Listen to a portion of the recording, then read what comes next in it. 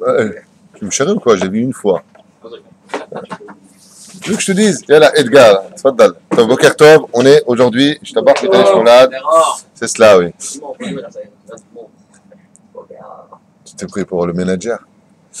On est aujourd'hui lundi. Le lundi 22, je crois, du mois de août. Et le 22 du mois d'août. Et nous sommes le Yud-Chet du mois de Av. C'est à four. On est combien en français? Ah, on est 18 en français? Pareil, il dit le contraire, Adam. Alors. Ah bon? Il me fallait un cobaye. Hein? Ouais, vous n'allez pas me saouler, on est lundi 22, tout simplement en Av et le 18 du mois d'août. Alors, c'est ça. C'est ma faute, j'aurais dû préparer mes dates avant. Mais j'ai toujours un problème avec les dates. Quoi qu'il advienne, aujourd'hui, on étudiera Bezrat Hashem, Masechet Avot, on est lundi pour cela. Et on continue sur le loi Bezrat Hashem de Rosh Chodesh Elul. Omer Arabe, ici à propos de la halakha, toujours sur le Rav Ovadia Yosef, Amirat Aslichot tzricha liyot bechavana ou be'anachat, ou be'nachat ou be'achna yetera. J'ai expliqué ce matin, Eretz Israël porte le nom de Canaan. Le nom de Canaan a deux significations. Il veut dire Canaani. Quand tu viens en Israël, tu recommences ta vie à zéro. Du mot Canaani, ici, tu recommences comme un enfant qui vient de naître dans la pauvreté. Ça ne veut pas dire qu'en Israël tu deviens pauvre, c'est un des pays où il y a le plus de riches au monde. C'est pas la question.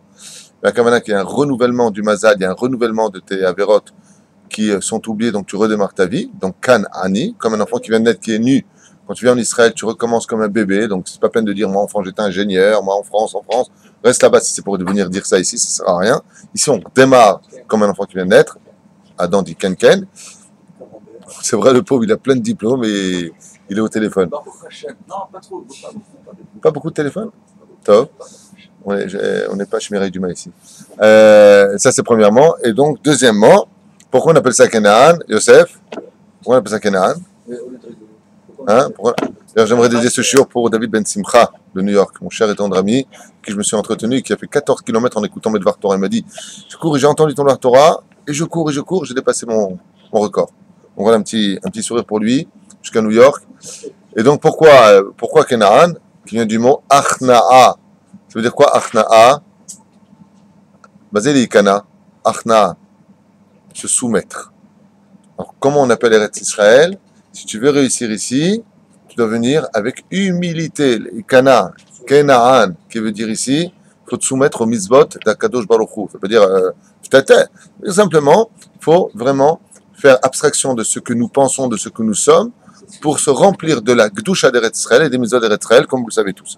La reine dit, Amirat aslichot tzricha liot bechavana ou benachat ou beachna gdola. Et le principal, c'est quoi? C'est de venir avec une grande achnaa, et surtout quand on compte les shlosh esremidot qui sont un code. Les 13 attributs divins, c'est un code. Vous savez que Yehuda, le fils de Yaakov, alav shalom, quand il était en colère, il avait deux poils qui sortaient comme, nous dit le Midrash, comme deux clous. Et le secret pour le calmer, c'était simplement de caresser ces deux poils, simplement les effleurer, et ces deux poils-là le contractaient et le remettait dans une situation de calme. Il y a des portes qui ne veulent pas s'ouvrir, des coffres forts qui ne veulent pas s'ouvrir. Ce n'est pas la peine de forcer. Il faut connaître le code. Tu connais le code, et qu'est-ce qui se passe? Ça s'ouvre. Chez Akadosh Baruch Hu, c'est pareil. Il y a un code. Il y a un code quand tu veux calmer Dieu. C'est lequel? Les 13 attributs divins. Et wow. Quand tu fais les 13 attributs divins, alors automatiquement, tu calmes Akadosh Baruch Hu. Ce sont des codes que Dieu a donné à Moshe Rabbeinu Har Sinaï en disant, voilà, s'ils disent ça, sache qu'ils me feront basculer du qui c'est din au qui c'est Rahamim. Ce sont des notions qui nous dépassent, je vous dis la vérité, mais il faut le savoir, c'est un code. Donc surtout quand on viendra faire les slichot, nous disent ici les Rahamim, à ce moment-là, il ne faudra pas faire c'est pas en récitation. Chaque mot, léat, avec kavana gdola, et là c'est un code qui met Akadosh Baruch Hu dans une situation de positivité pour nous. ולכן תן ליבו בעת אמירת הווידוי והסליחות לפשפש במעשיו ולשוב בתשובה שלמה להוסיף מצוות ומעשים טובים בהתקרבו ליום הדין.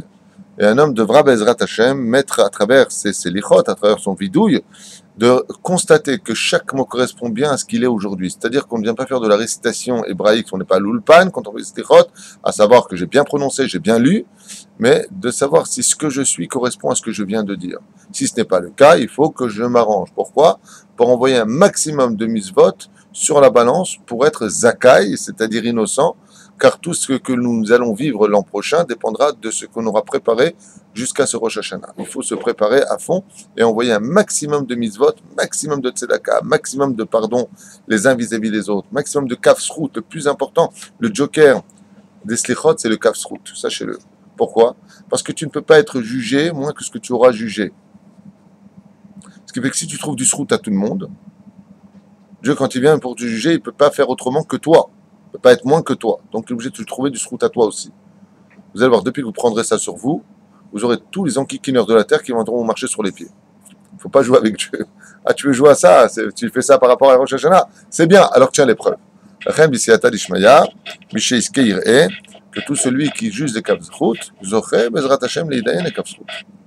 Il aura lui-même le mérite. Et c'est ce qu'il dit ici, rajouter de binzot au maximum, ne pas laisser passer les choses. Pourquoi? Eh bien, parce que tout peut changer du jour au lendemain. Comme c'est marqué dans le paracha de Ré, Ré Ayom, Natati Lifnechem, Ayom, Beracha Uklala. Il dit, pourquoi tu dis Ayom, Beracha Uklala? Il dit, parce que Ayom, tu avais la bracha, demain, ça peut être la klala. Aujourd'hui, tu avais la rasra, tu étais pauvre. En un jour, tu peux devenir riche, demande à Yosef Hatzadik. En un jour, il est passé d'un homme oublié de l'histoire de l'humanité à roi du monde, vice-roi du monde, roi d'Égypte, en un jour. Hayom, Beracha Uklala. Ne crois pas que tout ce que tu as créé, tout ce que Dieu t'a donné, ne crois pas que c'est un acquis. Ni ta femme, ni tes enfants, ni ton travail, ni ta santé est un acquis. En une seule nouvelle, comme Dieu repose son âme, David Ben Esther, Shalom, qui, pour un copain, il est parti, je vous ai raconté, au restaurant. Qu'est-ce que c'est? J'aime pas ce grain de beauté, en un jour. Personne ne traverse la route, en un jour. Hayom, en un seul jour, ne crois pas que tout est acquis. C'est pour ça que Hayom, ça fait un remède à quel jour? Yom Kippourim. Comme ça dit la Gemara. Mazé Hayom, Yom Kippourim. Fais attention, en un seul jour, tout peut basculer. Hachem Morish ou Mahashir. Dieu, il rend riche comme il rend pauvre comme il rend riche. Rien n'est acquis. Alors, tu as intérêt à demander à Dieu de te rajouter, d'expliquer à Dieu pourquoi il doit te rajouter. C'est pas comme ça, Dieu, donne-moi. Tu veux que je te donne? Dis-moi pourquoi tu veux que je te donne. Comme par exemple, ton fils, il dit, papa, passe-moi la voiture. Tu vas où? Ah, passe-moi la voiture, t'as pas confiance, mais tu vas où avec? Mais je te demande pas, tu vas où pour pas te prêter la voiture? Je te demande, tu vas où parce que je suis inquiet pour toi. Peut-être que c'est risqué là où tu vas.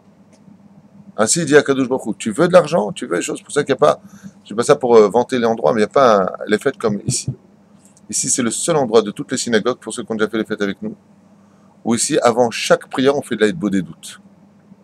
Je laisse 3 minutes, hein, donc tu as souvent fait les fêtes avec nous, 3 minutes, pendant Rosh Hashanah, et pendant Kippour, il y a hitbo des doutes. Les hommes parlent avec Hachem. Voilà, vous avez 3 minutes pour convaincre, juste avant le Sefer Torah, vous avez 3 minutes pour convaincre Kadosh Baruch Hu de vous donner une bonne année. Donc vous avez intérêt à lui dire merci pour ce que vous avez, et à défendre vos causes, et à lui dire pourquoi vous voulez plus. Et grâce à Dieu, on arrive à passer de belles années, malgré tous les miracles que l'on vit. Après, il y a des beaux dons. Non, en Afghan, on n'a pas de très beaux dons. On est peut-être une des synagogues où on a le moins de dons, et une synagogue où on a le plus besoin, parce qu'ici, c'est pas un musée, ici, c'est un endroit où on étudie la Torah 24 heures sur 24, où tous les pauvres de la terre viennent taper à nos portes. Mais justement, c'est là où il y a de la Kdusha, il y a le plus de difficultés. On n'a pas, comme on en parlait hier, d'ailleurs, hors caméra, ici, on n'a pas il y a de très grandes synagogues à Ashdod, qui peuvent comprendre 400 places, et qui sont fermées à 8h30 du matin, c'est fini, et qui rouvriront pour Mincha et Arvit, et c'est vraiment dommage que nous n'ayons pas, nous, ce truc-là, parce que si c'était le cas, on serait ouvert 25 heures sur 24. Bien sûr. Merci d'être là, ça fait plaisir. Adam nous a dit, Gamzol et Tova. Merci Adam. Tov, on s'arrêtera là pour les halachot. Ah là là là. Il n'y a pas besoin de clé. Si moi demain j'ai une grande synagogue, si tu as qu'une grande salle en bas, c'est pas pour faire du tménik, c'est pour marier les couples qui n'ont pas d'argent, pour le bamizot qui n'ont pas d'argent. C'est le but essentiel, il n'y a pas besoin de donner la clé. Pourquoi? Parce que chez moi c'est ouvert, tout le temps. C'est kollel sur kollel, shiurim sur shiurim, c'est le but essentiel. C'est pas pour avoir des beaux lustres et des belles choses. Ça sert à rien. C'est beau, mais c'est secondaire par rapport à la Torah. Il le faut, je dis pas qu'il le faut pas. C'est dommage pour avoir les plus beaux sièges du monde, pourquoi pas? Si c'est pour Dieu encore plus. Aval d'abord que cet argent il aille dans les poches de ceux qui étudient la Torah, de ceux qui soutiennent la Torah, de ceux qui enseignent la Torah. Ça, c'est le but essentiel. Que d'avoir des cathédrales qui sont ouvertes juste pour Shacharit d'une travers vite, c'est pas du tout le but et l'essentiel de ce monde. Chas v'shalom. Amen, Aminette, comme on dit chez nous. Tov, Rabbeinu, qu'est-ce que nous dit Rabbeinu ce matin? Qu'est-ce que nous dit Rabbeinu? Bon. Rabbeinu dit que quand les nations du monde nous détestent et nous cherchent des noises, dit Rabbeinu, il ne dit pas comme ça, il appelle Tchagni le jeans, il nous dit que il n'y a pas un plus grand signe de Mashiach que quand on a la haine des nations sur nous. Est-ce que là, il est là, Mashiach, d'après vous? Punaise, il est même en avance là alors. Tov. En bet hamikdash nivne ad shichle gaava. Tant qu'il y aura de l'orgueil dans ce monde, il n'y aura pas de bet hamikdash. Donc on a intérêt à ne pas provoquer que Dieu nous mette dans cette situation. Baruch Haba. Kadosh Baruch Hu ne met pas dans cette situation de gaava. La gaava est le pire ennemi de toutes les mitzvot de la Torah. C'est vraiment quelqu'un qui a fait des mitzvot toute sa vie. Que des mitzvot toute sa vie. Avalasa otam begaava, il les a fait par orgueil. Toutes ces mitzvot, c'est des averot. Le but principal. Allez des Ardout, il y a Israël, il y a Mashiach, et par le biais de la Ardout, nous dit ici Rabbeinu, viendra le Melech Mashiach, Mashiach Yavo, Bishnat Beracha, et on sait que le Mashiach viendra quand? Pendant une année de bénédiction, Baruch Hashem. On peut dire qu'en Eretz Israël, Baruch Shemo, il y a une grande bénédiction ici grâce à Dieu. J'étais au téléphone avec avec mon neveu exactement, qui s'appelle Eli, un petit sadique, vraiment un garçon merveilleux. Et je lui dis, tu m'appelles d'où? Il me dit, France. Alors je lui dis, tu m'appelles d'où? Il me dit, du Chouk Mahane Yehuda. Je lui dis, est-ce que tu regardes autour de toi, tu vois un peu l'abondance d'Eretz Israël? Il me dit, tonton, ce qu'il y a de plus merveilleux, c'est les couleurs des fruits d'Israël. Qu'est-ce que c'est beau! Donc là-bas, le Chouk Mahane Yehuda, c'est un des plus beaux chouks qu'on a en Israël, avec le Chouk à Carmel. Et quand tu vois les établis, il faut dire qu'il n'y a pas de bracha en Israël. C'est incroyable, en 70 ans, ce que notre terre nous a offert. Et Baruch Shemu, qu'on ne manque de rien. Pardon? Ça, c'est la force de Dieu, ça me fait rire. Je trouve que Dieu a beaucoup d'humour, puisque l'Europe nous a boycottés. Le lendemain, nous a envoyé les Russes qui demandent absolument toutes les matières premières israéliennes, les fruits, les légumes, pour eux. Bon, l'une est irremplaçable et le cimetière est bien là pour le prouver. Donc, si l'Europe disparaît demain, il y aura toujours quelqu'un d'autre pour nous acheter. Si tout le monde disparaît, Dieu nous enverra les extraterrestres. Tov. C'est vrai, ce qu'on a souvent dit dans la blague, depuis que je suis petit, on me dit à quoi servent les goïms. La blague disait pour acheter au détail aux juifs. Les juifs sont tous grossistes et les goïms viennent acheter au détail, c'est la vérité. Mais en tout cas, il y a un grand retour. Vous savez qu'hier, je fais une petite parenthèse comme ça avant de commencer Pirkei Avot. Hier, il y a un russe comme ça qui rentre avec un short, je me souviens marqué, parce qu'il était là à la prière de Mincha, une petite kippa sur la tête comme ça, Sruga, et il cherche comme ça, il vient me voir, il me dit Rav Tuito, je sais pas comment il a sorti ça avec son accent, je lui dis oui, il me dit je peux vous parler, je lui dis non, il me dit pourquoi en hébreu, je lui dis parce que là je prie, tu vois, j'aime Kshabel Khou, on est en train de prier, donc tu attends, il attend et tout ça, et le mec il attend, hein, je regarde comme ça, je regarde, je dis il a pas une tête de juif, c'est pas possible, Jean Bonneau c'est la bonne de chez nous, alors j'attends, à Mintra, je fais mon cours, Arvit, on finit Arvit, il vient me voir, il me dit bon, je peux vous parler maintenant? Je lui dis oui. Je lui dis, mais on va peut-être sortir dehors. J'étais un petit peu gêné, je ne sais pas exactement ce qu'il voulait, il n'avait pas une tête de juif. Il me dit, voilà, j'ai entendu parler de vous, et vous voulez rapprocher les goïms. Je lui dis, ouais. Qu'est-ce qu'il veut, celui-là, là? Il me dit, je veux que vous m'appreniez les Sheva Mitzvot Bnei Noach. Ah, d'accord. Tout à l'heure, je sais ce que vous voulez. Vous voulez apprendre les Sheva Mitzvot Bnei Noach. Et c'est une très très bonne nouvelle, parce que si vraiment les Juifs ont un tafkid, un rôle à jouer dans ce monde, c'est justement d'éveiller la spiritualité qui se trouve aussi chez les nations du monde et de les amener à respecter les Sheva Mitzvot Bnei Noach. Donc voilà, c'était une bonne nouvelle pour moi de savoir que grâce à Dieu, la lumière de ce petit endroit que nous avons, hein, j'entends souvent, on dit ce type la légende là-bas à Paris, la grande yeshiva du Rav Tuitou. Malheureusement, j'ai pas une grande yeshiva, j'en ai une à Jérusalem, mais ici elle est petite, c'est un 100 mètres carrés. Le Baruch Hashem qui brille comme un diamant face à de grands endroits qui, par contre, ont beaucoup d'étages, mais ne sont pas spécialement plats. Voilà. Rabbi Khalafta. Rabbi Khalafta, c'est qui celui-là? C'est l'élève de qui? De Rabbi Meir Ba'alanes. Ish Kfar Hanania Omer. Qu'est-ce qu'il nous dit? Asara Shiojvin Voskim Batora Shrina Shruya Benehem. 10 qui sont assis et en train d'étudier la Torah, tu peux être certain que la Shrina vit parmi eux. Klomar Shioredet Alehem Shefa Elohit Le'air Enehem Bechokma. Et bien, qu'est-ce que ça veut dire quand on nous dit que s'il y a 10 personnes qui étudient la Torah ensemble, qui est la plus belle chose qu'on puisse avoir, une table de 10 personnes minimum qui étudient, on nous dit que la Shrina est présente. J'ai un problème avec ça. Pourquoi? Parce que dans la Mishnayot qu'on a vu juste avant, qu'est-ce qu'on a dit? Baruch, qu'est-ce qu'on a dit? 3 qui sont assis ensemble, la Shrina. 2 qui sont assis ensemble, la Shrina. Et 1 qui étudie la Torah tout seul, il y a aussi la Shrina qui descend. Et mode Badam, Vechoulé, Vechoulé. On l'avait vu ensemble. La Mishnah vient nous dire 10, c'est un Kalvachomer. S'il y a une personne, la Shrina elle descend pour lui. S'il y a 2 personnes, 3 personnes, alors Kalvachomer, 10 personnes. À plus forte raison, 10 personnes. Alors quel est l'enseignement de Rabbi Khalafta? Qu'est-ce que ça vient de nous rajouter? Si tu vas là-bas, Dieu est avec toi, d'accord? Et je dis, mais si tu vas avec 10, Dieu est avec toi. Qu'est-ce que tu vas me répondre? Il est déjà avec moi. D'accord? Azlama po ze. Tu vas me la sortir à tous les cours, celle-là? Quoi qu'ils... Ça veut dire quoi qu'ils étudient? S'il n'y a pas de halachot, il n'y a pas de... Il n'y a pas de Shrina. S'il n'y a pas halachot, et donc s'ils font de la paracha la semaine, il n'y a pas de Shrina. Non. Toute mauvaise réponse, c'est 100 euros. Donc déjà là... Non. Vous êtes tous à côté. On va donner la vraie réponse, qui est juste là d'ailleurs devant moi. Klomar Shoredet Alehem Shefa Elohit Le'air Enehem Bechochma. S'il y a une personne qui étudie la Shrina, elle descend pour lui, mais ça ne veut pas dire qu'il comprendra spécialement ce qui est marqué. Mais s'il y a 10 personnes, c'est la lumière de la Shrina qui va éclairer ta compréhension par le srout des 10 dans la Torah sera beaucoup plus élevée. Ce qui fait que grâce à cela, tu comprendras mieux ton étude. Et c'est en cela qu'il y a un chidouche chez Rabbi Khalafta.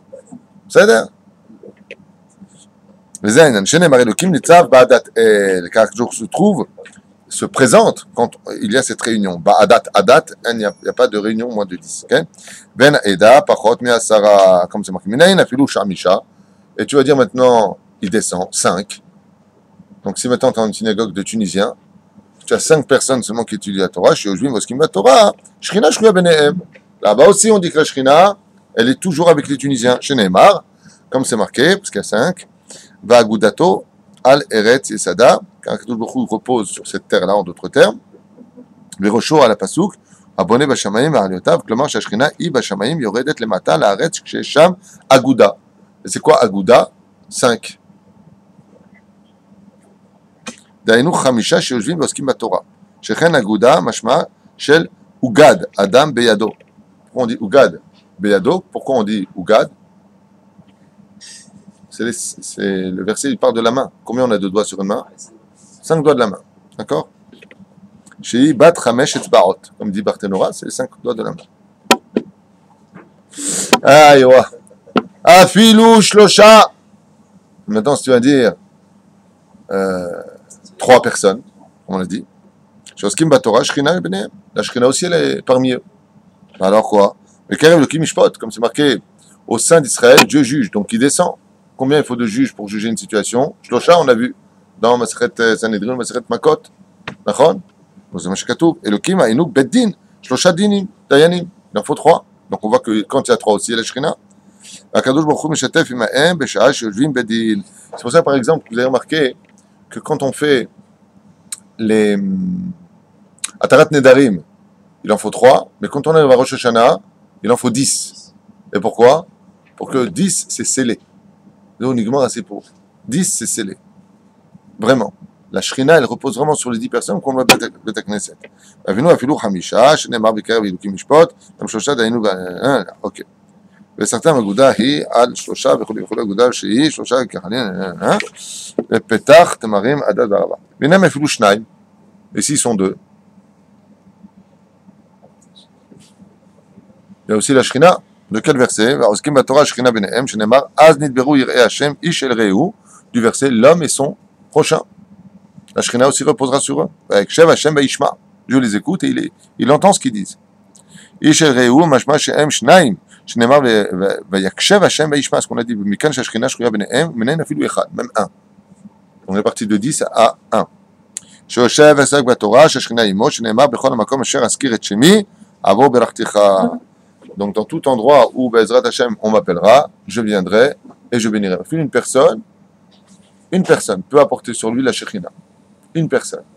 On l'a vu chez les grands d'Israël. Je me rappelle qu'une fois avec le Rav Mordechai Eliyahu, une fois, on avait dit mais je comprends pas.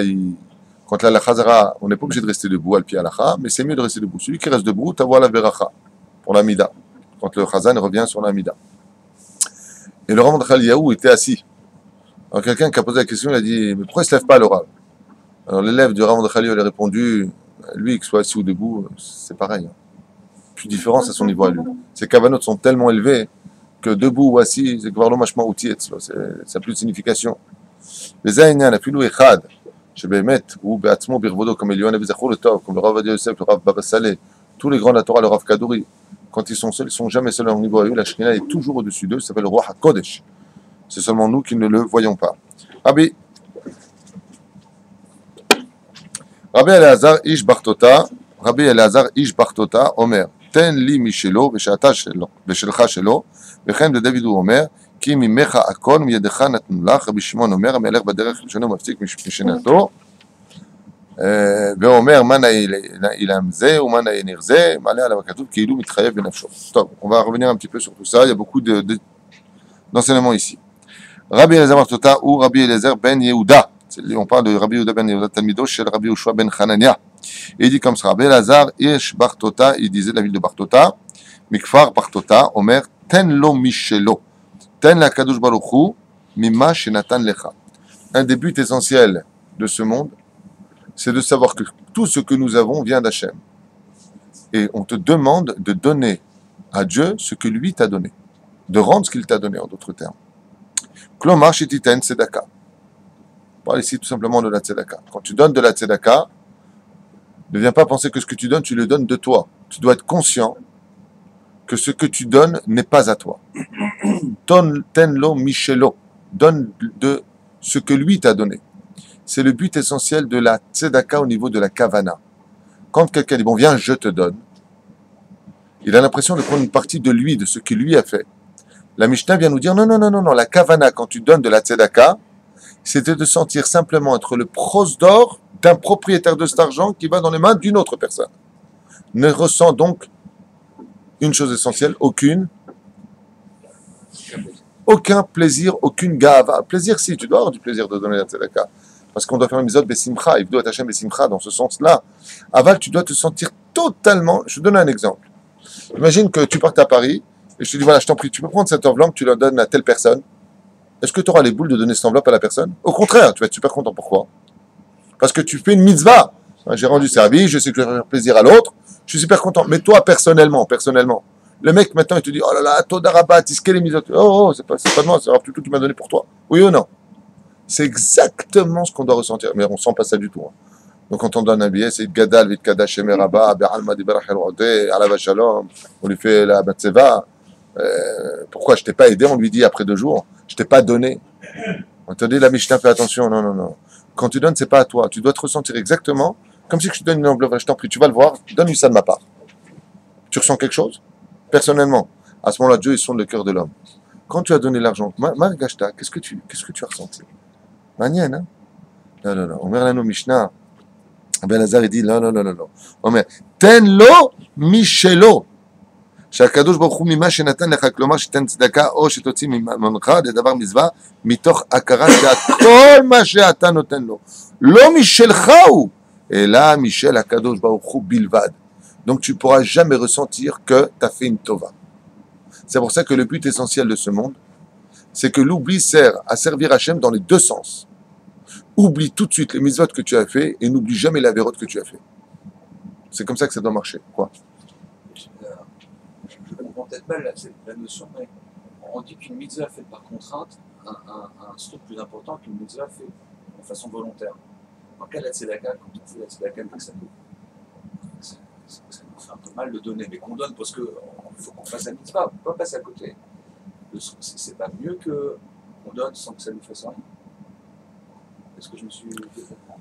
Est-ce que tu veux dire que si la personne, la question c'est, est-ce que si la personne donne et qu'elle ressent une plus grande difficulté à donner, ce serait pas plus grand qu'une personne qui reste totalement inerte à la mitzvah? Voilà, ouais. Alors, c'est pas dans ce sens que c'est dit. Comme toi tu l'expliques, oui, tu as raison. Parce que plus une mitzvah est dure, plus par exemple, imagine que tu gagnes 2000 euros. Donner 200 euros, c'est pas difficile. Bon. Imagine tu gagnes 300 000 euros. Donner 30 000 euros, je te dis que ta main elle tremble. Parce que là, c'est, oh, je donne beaucoup, là, oh. Et plus Dieu te donne, et plus ça devient dur de donner. Moi, j'ai connu une personne qui a gagné 20 millions de dollars, qui a donné toute sa vie le maaser aux États-Unis. Il m'a raconté qu'il a gagné 20 millions de dollars. Il m'a dit de donner 2 millions de dollars, c'est quelque chose qui est plus que dur. Moi, j'ai souvent donné des sommes, 300 000 shekels, mais de donner un chèque de 2 millions de dollars à une yeshiva, il a 19 yeshivas qu'il a créé, ce monsieur. Il m'a dit de donner 2 millions de dollars, il m'a dit c'est une épreuve que je souhaite à personne. Parce que tu dis, oh, qu'est-ce que je fais là? Là, tu fais déjà tes calculs. Ça peut être 2 maisons pour mes enfants, ça peut être. Ouais, va les donner. Il dit, non, non, non, non, j'ai fait un deal. C'est une personne qui a fait un deal avec Dieu. Il est né en Hollande. Il m'a raconté qu'il a fait un deal avec Dieu. Quoi qu'il fasse de sa vie le maaser, qu'il l'ait ou qu'il l'ait pas, il enlèvera le pain de sa bouche dans le maaser. Il est devenu multimilliardaire. Ça a pris du temps, il m'a dit, mais il ne faut pas lâcher le morceau.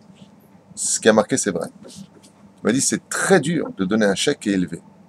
20 000 shekels. Ouais, t'en fous, t'as pris 200 000.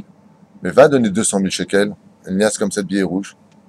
Ah, tu le poses, t'es mal. Bon, là, il est là. Hein. N'en voulez pas? Donc alors, La réponse est simple, c'est que tu dois rester inerte, mais conscient que ce que tu donnes, c'est à l'autre. Par exemple, imagine, tu donnes une enveloppe. Dedans, le mec, il ouvre le chèque et il voit que là-bas, il a exactement la somme qu'il lui fallait. Tu vois sa joie. Tu n'en éprouves pas de la joie d'avoir été le chaliar. C'est uniquement la joie qu'on éprouve quand on donne de la tzedaka. Ça doit être la joie d'avoir été conscient qu'on a été le chaliar d'un bonheur pour l'autre. Mais pas de celui qui a donné ce bonheur. Vous comprenez? Au niveau pécunier, je parle. C'est un peu fin comme notion, mais il faut que tu y arrives. Shata, Beshelach, Shelo. Car en réalité, là, il va plus loin. Il a dit au début, quand tu donnes quelque chose, tu dois avoir l'argacha que c'est pas à toi ce que tu as donné. Mais là, maintenant, il va plus loin. Il te dit que parce que ce que tu possèdes est toi-même, vous êtes à lui. C'est même toi, maintenant, tu es devenu le couloir. D'accord? Chez Kol Mashiach Lecha, Kebal Tamimeno. Car tout ce que tu possèdes dans ce monde, tu l'as eu pourquoi? Uniquement parce que Dieu te l'a donné. C'est ce qu'on expliquait à propos de la paracha de la semaine dernière. Que la notion de Kochib Yotzem Yadi, Asali et Ahai Lazé, on te demande d'aller récupérer toi-même ton travail. On te demande de participer à ce travail. On te demande d'être professionnel dans ton travail. Tu prends un ouvrier qui ne sait pas travailler, tu dis excuse-moi, mais tu ne sais pas travailler, le mec il lui met à Tachem, tu le vires, c'est un débile. On te demande de mettre du carrelage, le mec ne sait pas le faire. Prends un professionnel à 800 shekels la journée, mais il va te faire un vrai travail de carreleur. Donc tu as un travail à mettre en pratique. Je dis, non, non, même ça, ce potentiel, cette rochma que Dieu t'a donné, c'est Dieu qui te l'a donné. Donc tout ce que tu es, c'est Hachem, pas simplement ta parnassa. Si on te demande d'écouter ce qu'on te demande de faire par rapport à ton travail, fais-le. De l'autre côté, sache que la réussite, une fois que tu auras fait tout ce que tu avais à faire, c'est Dieu qui le donne. C'est pas toi. Bersono atahai umit parnes. Car si tu vis, tu respires aujourd'hui, c'est uniquement grâce à Dieu. Et si tu gagnes ta vie, c'est uniquement parce que Dieu te le permet. Ça rejoint un peu l'histoire de Rosh Hashanah. D'ailleurs, la preuve en est, puisque les Chachamim nous disent, à l'enseignement de Rabbi Moshe Ederi à la Shalom, qui est aussi marqué dans les livres, que quand une personne partira de ce monde, tous les Rosh Hashanah, quand l'âme va dormir, le peu de temps elle va dormir, quand on évite de dormir à Rosh Hashanah pour éviter de faire dormir notre mazal, donc on peut dormir la nuit, mais on se lève avant que le soleil ne se lève, Dieu il te dit, je t'ai tout donné. Je t'ai tout donné. Tu vois grâce à moi, tu sens grâce à moi, tu parles grâce à moi, tu marches grâce à moi, tu prends avec tes mains grâce à moi, tu as un toit grâce à moi. Mayak d'immédiat Adam. En quoi un homme il peut dire, moi je l'ai devancé. Si tu mets une mezouza à ta porte, c'est parce que je t'ai donné la porte pour mettre ta mezouza. Si je te fais le maaké au-dessus du toit, c'est parce que je t'ai donné un toit. Donc en quoi toi tu peux dire je t'ai devancé? En rien, j'ai tout donné. Après toi, qu'est-ce que tu vas lui dire? Et toi, qu'est-ce que tu m'as donné? Il te dit Hachem. La seule chose que tu puisses répondre, c'est quoi? Mais moi, la seule chose que je puisse te donner, c'est de reconnaître que tout ce que j'ai, c'est toi. Tout simplement. L'importance de faire sur celui qui a le temps ou qui peut, Nishmat Kol Chai tous les jours de sa vie. Tous les jours. Pas il attend le miracle pour le dire. Pas la ségoula de dire si tu me fais ce nez, je dirais Nishmat Kol Chai. En réalité, on doit dire tous les jours Nishmat Kol Chai. Sans la bracha, hein, Baruch Ata Hashem, on ne dit pas. On dit Baruch. Directement, on passe à la suite. Pourquoi? Parce que tous les jours, on ne se rend pas compte, Ben Anistarot Hashem Elokum, Ben Anegelot Hashem Banenu, de ce que l'on vit, de ce qu'on ne sait pas, on doit remercier Akadosh Baruch. Et c'est ce qu'il dit ici. Quand même ce que tu es toi, c'est à lui. Ma sitalo. Vechen dashu katuv, mi akdimini va Hashalem. Ce que je viens de vous dire, c'était marqué juste ensuite. Qui peut se lever la main et dire, voilà, moi j'ai fait quelque chose. Je dis, non, non, c'est pas toi, c'est moi qui ai fait pour toi. Toi, tu es juste parti, bah, safta. Tu es juste parti les sauf. Les sauf veut dire ramasser, récolter, prendre. C'est tout ce que tu es parti faire.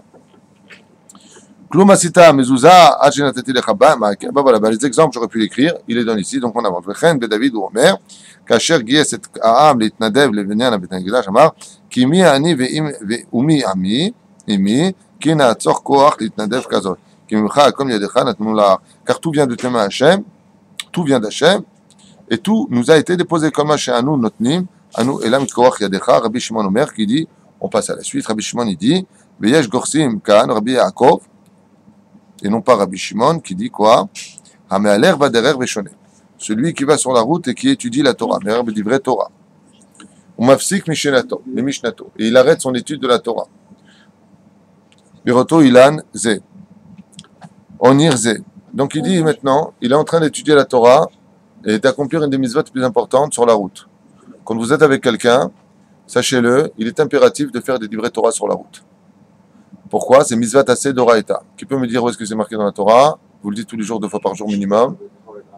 Ouvler techa bad derer. J'ai fait Maud Yosef. Ouvler techa bad derer. Et quand tu seras sur le chemin, il y a une Mitzvat Aseh d'Oraïta de parler de divrei Torah sur la route. C'est pour ça que dans son premier commentaire dans le Pele Yoetz sur le Shar Ahava, sur l'amour de Dieu, il dit combien un homme pourrait ramasser de milliards de mitzvot en une seule journée. Par exemple, il est en train de marcher sur la route, il fait les Teilim, Shir la Malot, Zanaïr, Ménévotri. Torah, Tzivalenu, Moshe, Morachak, Liat, Yaakov. Le t'as guide divrei Torah. Filo d'abord, Tipchi. Qu'est-ce que tu connais comme Misha? La Mishnah que tu connais, tu l'as dit. C'est un shiur. Oh, Dieu terto. Ouais, mais le shiur, le problème qu'il y a, c'est que c'est dangereux de mettre les oreillettes quand on marche. Il y a eu beaucoup d'accidents. Les gens qui avaient les oreillettes qui ont traversé la route se sont fait écraser. Faire très attention à ça. Il ne faut pas ignorer les dangers. Hein? Je ne veux même pas traduire ce que tu as dit, c'est mieux. Il a dit Kiddush Hashem. Le mec, il est mort. Pourquoi? Il écoutait un Torah en traversant la route, il n'a pas vu le camion. Kiddush Hashem. Non, non. Hein? Non, ça ne protège pas. Pourquoi? Non. Si vous avez des réponses, j'ai pas de questions. Non, c'est pas ce que j'ai dit, ce que tu viens de dire. Non, il parle de marcher avec les oreillettes. Et pourquoi la personne? Alors justement, tu as soulevé un point important, et j'aurais voulu que tu poses la question dans ce domaine. Mais c'est là où j'ai dit non, c'est pas la même chose. C'est qu'on aurait pu dire, celui qui va faire une mitzvah est protégé. Donc s'il mettait les oreillettes en marchant, en écoutant la Torah, on aurait pu penser que le maître serait protégé. Alors pourquoi non? Pourquoi il n'y a pas marqué Ovler Techabat Derer? On a une Mishnah qui nous parle de ça. Celle de Rabbi Tarfon, qui a été selon la Déa de Beth Shammai, et qui sur la route s'est arrêté pour aller Kiryat Shema en son temps. Et qu'est-ce qu'ils nous dit les Chachamim? Tu mérites la mort d'avoir fait ce que tu as fait. Pourtant, j'étais dans la mitzvah. Il dit non, on ne fait pas une mitzvah sur le dos d'une Avera. C'est-à-dire qu'on n'a pas le droit de changer la nature des choses. Ouais. On n'a pas le droit de changer la nature des choses. Par exemple, si tu ne fais pas attention en regardant à droite et à gauche quand tu traverses, bah, tu te fais écraser. Chas shalom. Donc, tu n'as pas le droit, sous prétexte, maintenant, je vais mettre des oreilles pour écouter la Torah, de dire, bah, je n'ai même pas besoin de regarder, je n'ai plus besoin d'être concentré. Zelonachon. C'est dans le sens où tu vas faire une mitzvah, que tu as tout fait pour éviter le danger, que Dieu te protégera dans le cas où il y aurait maintenant un danger. Donc le fait de marcher, c'est nachon, que tu vas, comme la mitzvah du tzitzit. Le tzitzit, en réalité, on ne le porte, midéoraïta, que quand on a 4 coins. Sinon, on n'est pas obligé. Des rabbanan, on a pris ce action de créer des tzitzit avec 4 coins pour mettre les tzitzit, pour avoir la mitzvah sur nous tous les jours. Une mitzvah qu'on ne peut pas rater, qui est tellement belle et tellement facile à accomplir, puisque chaque 4 pas, tu crées des anges blancs. Donc c'est magnifique d'avoir un tzitzit en Eretz Israël de qui plus est, et avec la Brit Mila. Tzadik. La reine Be'ezrat Hashem, il sort de là que si une personne, elle vient et qu'elle veut écouter l'Ivrei Torah, il y a fait méhot qu'elle écoute, mais qu'elle mette une seule oreillette pour avoir une oreille, Be'ezrat Hashem, à l'écoute aussi du danger qui l'entoure. Pourquoi? Parce que comme on l'a déjà expliqué, les Chachamim nous ont dit, il n'y a pas un endroit plus dangereux au monde que la route pour un homme. Lama en a Satan nimtsa et là à la derachim. Et pourquoi? Dès qu'un juif prend sa voiture, la moto, la corkinette, qu'est-ce qu'il prend? Le vélo, il marche sur le trottoir. Dès qu'il est sur la route, le Satan vient rapporter tout de suite toutes les preuves qu'il est chayav mita, du Shabbat, de Yom Tov, il exige là-bas. Pourquoi? Parce que la mort, la Hazvesham, elle se trouve toujours sur la route. Met baderech. Jour et nuit. Jour comme la nuit encore plus, c'est les dynimes. La nuit encore plus. C'est pour ça que l'homme il évite d'aller seul. Ah bah, au moins, s'il y va, vous avez raison sur un domaine, s'il écoute des livrets Torah, zechol et agen alav. Mais à la condition, le mec, il écoute des livrets Torah, il passe au feu rouge. J'ai la Torah avec moi. Ah putain, c'est sourd. La mer, c'est encore plus dangereux ou pas? La mer, la belle-mère, c'est plus dangereux que la mer.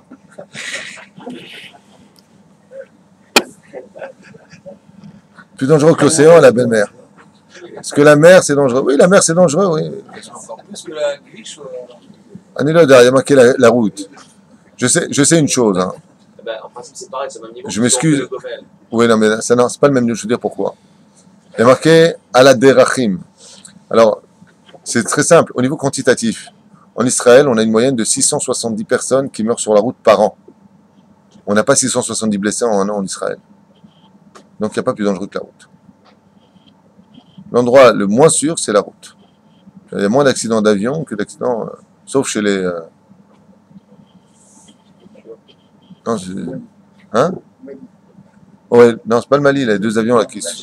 Mais non, mais non, c'est pas ça, laisse tomber. J'ai oublié le pays, non, en Indonésie, oui, c'est ça que je cherchais. En 40 jours, 2 avions, paf. Aïe, aïe, aïe, aïe, il dit comme ça, et là, ça vient nous apprendre quelque chose d'essentiel. Écoutez bien, cette Mishnah, elle est très importante. Entre le ventre. Je suis mal barré, moi, en ce moment. Le Baal Pele Yoetz, il nous dit quand tu es sur la route, écoutez bien, comment tu peux ramasser des mitzvot? Il te dit quand tu es en train de rouler, et que tu sais pas quoi faire, tu veux honorer Hachem, et tu vois la nature, qu'est-ce que tu fais? Marabou Maasecha Hachem, dans le livre, dans le show qu'on a fait sur l'amour de Dieu, là-bas je parle exactement du contraire de cette Mishnah, basée sur le Pele Yoetz, Rabbi Eliezer Papo. Et qu'est-ce qui a marqué là-bas? Quand tu marches par exemple et que tu vois des belles routes, tu dis oh là là, Marabou Maasecha Hachem, Kulam Bechokma Sita, comme ils sont beaux les fruits d'Eretz Israël, Baruch Hachem. C'est bien de complimenter ce que Dieu nous a donné. Et là-bas il dit c'est une preuve que tu aimes Dieu. Alors pourquoi est-ce qu'ici on nous dit que si tu t'interromps pour dire comme elle est belle la nature, comme c'est beau, Marabou Maasecha Hachem, tu es mitrev benafsho? C'est-à-dire que si tu meurs à cause de ça, c'est considéré comme, entre guillemets, un suicide dans les cieux. Alors ça contredit entre le biais de l'amour pour Dieu, qu'on a expliqué dans le premier shiur, et ce qu'on est en train de lire ici. Vous avez compris la question? Imagine, on est en train de marcher maintenant, et on voit des beaux vergers magnifiques, des couleurs magnifiques. On s'arrête, toi et moi, on fait de beau des doutes. Marabou Maasecha Hachem, comme c'est beau ce que tu as créé Hachem, comme elle est belle ta nature. Dieu, il aime qu'on lui dise. T'as pas qu'on te complimente sur quelque chose que tu as fait? C'est beau.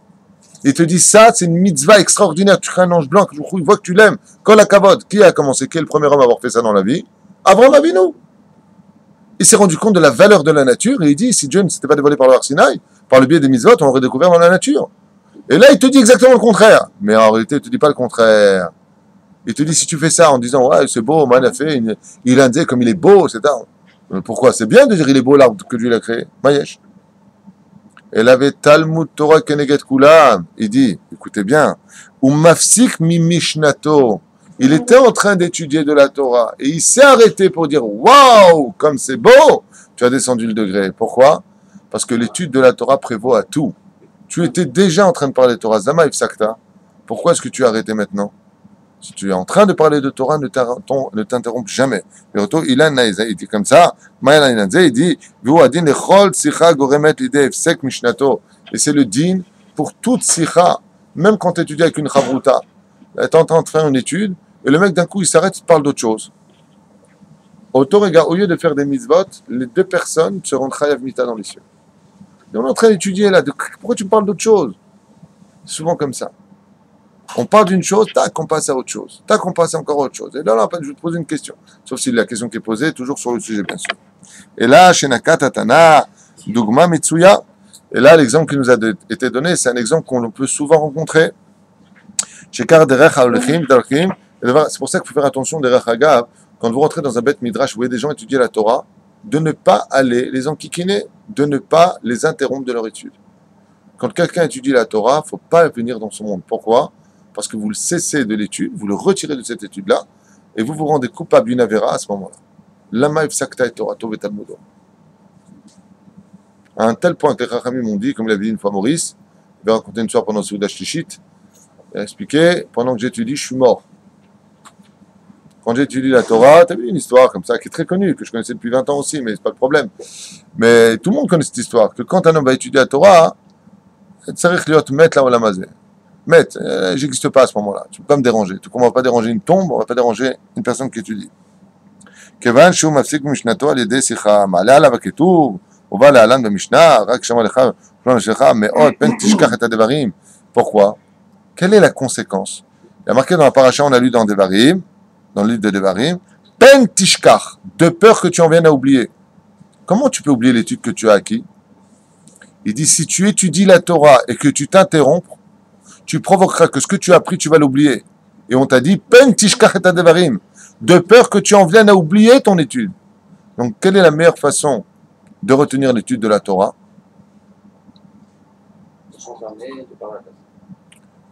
Quand tu étudies la Torah, de ne pas t'interrompre, petit 1. Et il y a une autre façon de celle de Rabbeinu. Alors, il a des doutes, c'est la réponse à toutes les maladies de ce monde, tu as raison. Mais Rabbeinu donne un autre terme. Il dit la meilleure façon de retenir l'étude de la Torah, et surtout d'avoir envie d'aller étudier la Torah, Rabbeinu, il dit, ce que m'a dit ma femme vendredi soir, dans notre étude sur Rabbeinu, Rabbeinu dit, c'est d'aimer chaque juif. Pourquoi? Parce que comme dans chaque juif correspond à une des lettres de la Torah, chaque juif. Si tu n'aimes pas un juif, ton Sefer Torah dans la tête, il n'est pas saoul. Si tu n'es pas capable d'aimer tous les juifs, dit Rabbeinu, bah, s'il y a 600 000 lettres dans la Torah qui correspondent aux 600 000 âmes juives du peuple d'Israël, Yotze misé que si maintenant tu n'aimes pas un seul juif, c'est comme si il y a une lettre de ton Sefer Torah qui est toute noire, qui est rayée. Qu'est-ce qu'il est tout le Sefer Torah? Pas soul. Rabbeinu il dit, si tu es capable d'aimer tous les juifs, y compris les Réchaim du peuple d'Israël, de vraiment les aimer, donc ton Sefer Torah il est shalem. Donc comme il est shalem, tu pourras avoir une vision où ta pensée et ton souvenir sera complet d'étude de la Torah. Donc tu n'oublieras jamais rien. L'amour du peuple est le moteur principal qui te permet d'aller chercher l'étude de la Torah et de t'en souvenir. Plus tu aimes le peuple, plus tu te rappelleras de ce que tu as étudié. Ça, c'est le premier plan. Deuxième plan, ne pas t'interrompre. Parce que tu coupes le fil conducteur de la pensée. Et c'est ce qu'il dit ici. Ah, quel rapport malé à la vakatou, mitraïv benafsho? Il dit parce que comme il y a marqué dans la Torah, fais attention, ou shmor nafshecha, préserve-toi bien de ne pas oublier, parce que si tu oublies l'étude de la Torah, tu te rends passible de mort. Il dit, maintenant tu comprends pourquoi il ne faut pas s'interrompre? Parce que quand tu t'interromps d'étudier la Torah, tu viens de provoquer que tu vas oublier ce que tu as étudié. Donc, par le deuxième biais de l'Eroïta, tu vas finir par être à Mita Tisaer. C'est comme une grande claque pour nous de comprendre que la Torah est à prendre très très au sérieux. C'est pas de la blague. Comme j'ai souvent l'habitude de le dire dans les shiurim, les seuls qui peuvent se permettre d'avoir de l'humour et de prendre la Torah avec le sourire sont ceux qui ont compris que la Torah était sérieuse. Si tu as compris que la Torah est sérieuse, tu peux te permettre de rire. Mais si tu crois que la Torah c'est de la plaisanterie, tu ferais mieux d'être sérieux. Au contraire. Ki'ilu mitchayev benafsho, klomar ki'ilu eno osek batorah klal. Et ça veut dire quoi exactement? Tu avais l'occasion de pouvoir étudier la Torah. Si tu t'es interrompu, c'est considéré comme si tu n'as pas du tout étudié la Torah parce que tu as coupé cette part en deux. Zéro. Les mains d'avoir nommé pour nous, c'est comme quelqu'un qui a un billet de 200 shekels, seulement il prend un ciseau et il le coupe. Et il lui donne les deux morceaux. Qu'est-ce qu'il a dans les mains? Il a un billet entier de 200 shekels. Ouais, mais il est coupé. Donc qu'est-ce qu'il a dans les mains? Ben rien. Non, pas de le terre. Alors il peut mettre du scotch et la teshuva. T'as raison. Il peut recoller les morceaux, c'est le mois de Elul. Fais teshuva sur ça. Remets de la colle, remets du scotch, à ta tzodek. Mais s'il n'a pas mis, imagine tu viens acheter maintenant quelque chose, tu donnes un billet de 200 shekels coupé en deux. Complètement. Est-ce qu'un seul commerçant te le prendra? Personne. Essaye. Tu me fais comme ça depuis tout à l'heure, bah vas-y, essaye. À part Aaron. Aaron, il a dit, il te le prend lui. Non, même pas Aaron. Alors, même pas, tu vois. Essaie, va, prends un ciseau maintenant. Coupe un billet de 200 shekels, va acheter une macolette. Tu me dis? C'est l'olère. Ah, mais c'est l'olère, parce qu'il est coupé. Il dit, c'est pareil l'étude de la Torah. Les anges, ils ne t'achètent pas cette mitzvah-là. Pourquoi? Tu lui as donné un billet qui est coupé. Tu as donné un ange qui est coupé en deux. Et Zema Shekatov Rabotai. Il y a marqué à Rosh Hashanah, les anges tremblent devant Hachem. On a posé la question, on a dit, mais c'est les gens, ils tremblent devant Hachem. Un ange, il a besoin de trembler devant Dieu. Un ange, il n'a pas de libre arbitre. En quoi il va trembler? Il dit, mais non, pas les anges que Dieu a créés, les anges que tu as créés. Par exemple, tu étudies la Torah. Tu vas créer un ange. Oui? Cet ange, il est magnifique. Seulement, quand il arrive devant Dieu, comment il arrive l'ange? Coupé, coupé, coupé, coupé. Et Dieu dit, c'est quoi toutes ces coupures que tu as sur toi? Tu es moche. Et ben, moi, je suis l'ange de l'étude d'une heure de telle personne. Il dit, pourquoi t'es coupé? Là, il parle au téléphone, là, il a parlé d'autre chose, là, il a parlé de travail, là, il a parlé de ça, là, il a parlé de ça. L'ange que t'as créé, il arrive coupé en plein de morceaux. Donc cet ange-là, il a peur devant Dieu. Pourquoi? Il dit, comment je vais me présenter devant Dieu maintenant? Moi, je suis pas complet. La reine, on a intérêt à rescotcher tout ça avant de le présenter devant le roi des rois. Puis,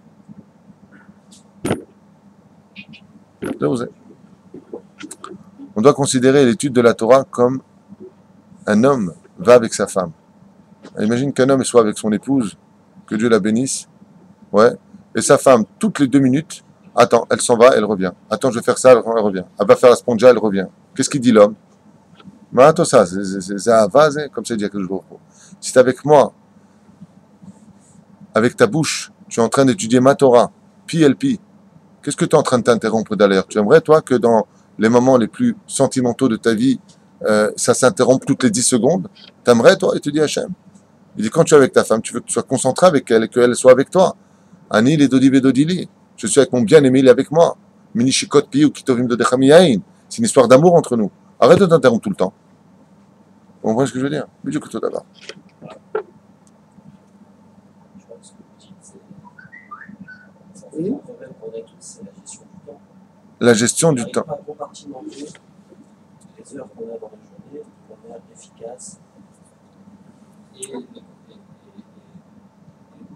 même faire des compartiments quand on est au travail, quand on est avec ses enfants, c'est la plus grande épreuve dans laquelle on est aujourd'hui. On est constamment dérangé par un SMS ou par les informations et par la communication. Se véhicule tellement rapidement qu'en fait on n'arrive pas, on a du mal à maîtriser le temps. Donc tu es en train de dire qu'avec tout ce qui véhicule notre temps par les SMS, tous les systèmes modernes d'aujourd'hui, le fait qu'on soit interrompu par les gens il faut savoir qu'aujourd'hui, avant, quand on voyait des gens étudier la Torah, attends, elle étudie là. Aujourd'hui, mec, qui étudie la Torah, ça va, que tu étudies? Bon, regarde 2 secondes, je te parle. J'étudie. Bon, t'étudieras demain. Je vais me saouler. On n'a plus notion de la vraie valeur de la Torah. On n'a pas notion. La preuve en est, aujourd'hui, quand tu vois un Bachur Yeshiva, tu vois un cafard. Avant, quand on voit un Bachur Yeshiva, on dit, ouh, tzaddik. On avait du respect pour lui, on se levait devant lui, même s'il était jeune. Aujourd'hui, tu as un Bachur Yeshiva qui rentre maintenant avec son chapeau, il n'y en a pas un doute qui se lavera devant lui. Hein. Le mec qui rentre, comme je connais un garçon de 20 ans qui a fini déjà tout le chasse.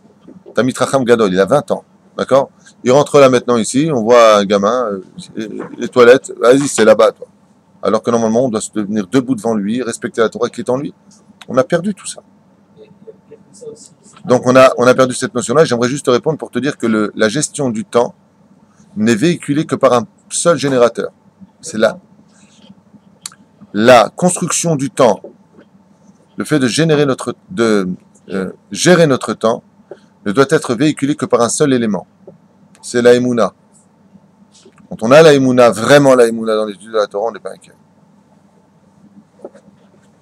Qui donne la parnassa? Je sais que c'est Dieu. Si je suis avec Dieu, de quoi je m'inquiète si le client il m'appelle? Vous comprenez ce que je suis en train de dire? C'est pas dans mon cas, moi. Moi, j'ai des cas vraiment de chez Méchant Verachem. J'ai encore eu un cas la semaine dernière et je me suis suicidé. Plein de cas. J'en ai beaucoup des cas comme ça. Donc c'est un peu délicat. Même un mec qui m'a appelé, il m'a dit voilà, Rav Tutou, je vous appelle de Paris, je vais sauter. Je lui m'arrête, t'habites au rez-de-chaussée, sauter d'où? Si je joue avec une de mes filles, je joue avec elle, je fais un puzzle, je reçois un téléphone du travail, une minute c'est derrière. Je ne sais pas ce qui m'attend à l'autre bout du film, je sais que c'est le travail. Je réponds pas. Si tu joues avec ta fille au puzzle, que tu es avec elle dans son temps à elle, d'accord? Je suis avec ma femme en train de discuter. Ou tu es avec ta femme en train de discuter. Ça énerve les femmes de prendre le téléphone quand elles te parlent. Il ne faut pas faire ça aujourd'hui. Il faut éviter. Là, tu prends des risques de chayav mita, mais de la femme. Si ta femme, elle te parle, tu prends le téléphone et tu l'oublies pendant... Ouais, je crois que tu n'as pas besoin de la Torah et de la Mishnah. Là, la femme, elle règle très bien ce problème toute seule. Elle n'a pas besoin de Barthénora. Hein? Le problème des moulins à se poser aussi, c'est pas que quand j'étudie la Torah. Je passe un moment avec mon enfant, il a besoin de moi. Ouais, est-ce que Moi, je vais te répondre très sincèrement. Je sais pas, j'arrive pas à comprendre les questions qui me sont posées parce que moi, c'est peut-être mon côté blata qui intervient. Moi, je sais pas, quand tu es avec quelqu'un qui c'est important, qui s'appelle, rappelez plus tard, je raccroche, je m'en fiche. Et on m'appelle des États-Unis, on m'appelle de France, et des fois, on me dit même, c'est urgent, non, c'est urgent. Ouais, dans 5 minutes. Oui. Je rappelle, non, c'est bon, j'ai eu ma réponse. Ben, tu vois, comme quoi que nul est indispensable. Ça dépend si on est qu'à quoi dans le temps. Moi, j'ai un jour donné un exemple à un Tel Avivien, un Israélien, à qui je mettais les tefilines à Tel Aviv. Et à chaque fois, il me disait, j'ai pas le temps. Un matin, je suis arrivé pour lui mettre les tefilines dans sa boutique. Et il m'a dit, non, j'ai rendez-vous chez le banquier là, tout de suite. Je dois partir. Je mets tes tefilines. Non, j'ai pas le temps. Je dis, regarde. J'ai attrapé par le bras et je lui dis comme ça. L'élève, elle fait Avdalim. Si maintenant tu avais une diarrhée, tu ferais quoi? T'as une diarrhée, mais pas une petite diarrhée, hein, le lendemain de Shabbat. Alors, tu fais quoi? Chez le choul? Bah, elle m'a dit, je fais quoi? Bah, je vais aux toilettes. Ton rendez-vous à la banque? Mais je peux pas. Je vais dire, les tefilines, c'est moi qui une diarrhée pour toi. Il m'a dit, vas-y. Mais non, je suis l'autre bras. En réalité, on répond à ce qui est important pour nous. Si le mec il est avec sa femme, discussion super sérieuse, son téléphone répond, c'est qu'il avait besoin d'un couloir pour s'échapper. Sinon, il fait, rappelle-moi un peu plus tard, je suis occupé. Et il raccroche, il attend même pas la réponse. Ou alors, aujourd'hui, c'est bien dans les SMS. Directement, je conduis, je suis au cinéma, je suis en cours, je il y a tout. Donc voilà, je suis occupé.